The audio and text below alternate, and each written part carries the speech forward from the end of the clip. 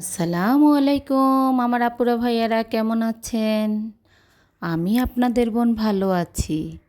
আজকে সকাল সকাল চলে আসলাম ছাদ বাগানে। আমার ছাদ বাগানের মাটি রেডি হচ্ছে। সেই মাটি দিয়ে আমি দুটা চাকা আনিয়েছি। এই চাকা দিয়ে আমি গাছ লাগাবো। তো এত গাছ আমার ছাদ বাগানে আছে, তারপরও আমার মন ভরে না। আমার গাছ দেখলেই লাগাইতে ইচ্ছে করে, মনে হয় যে আরও থাকলে মনে হয় আমার ভালো লাগতো। তো এই যে দেখুন মাটি নিয়ে আসা হয়েছে, মাটি রেডি করছি। তো এই চাকায় দিয়ে দিব, দিয়ে গাছ বসাবো। গাছ বসাতে খুব পছন্দ করি।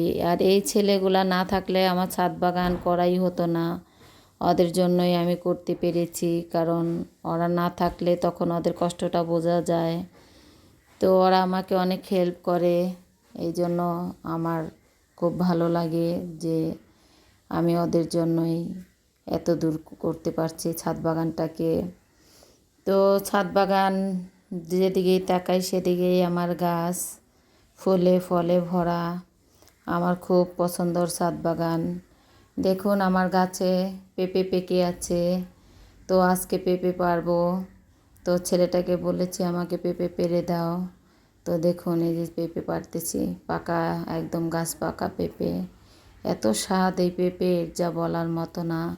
কেনা পেঁপে তেমন বেশি একটা মিষ্টি হয় না, আর গাছের পেঁপে সার ছাড়া জিনিস, খেতে তো এমনিতেও স্বাদ হবে, আর তাছাড়া প্রচুর মিষ্টি, আর অনেক বড় বড় হয়। খুব ভালো লাগে। আসলে কি ভাইয়ারা আপুরা, আমার খাওয়ার চেয়ে আমার লাগাতে অনেক পছন্দ করি আমি। আমার খুব ভালো লাগে। আমি এই যে খাবো সেই জন্য আমি লাগাই না, আমার চাহিদাই আমি গাছ লাগাবো, গাছ দেখবো, আমার খুব ভালো লাগবে, আমার চোখ জুড়িয়ে যাবে, মন ভরে যাবে।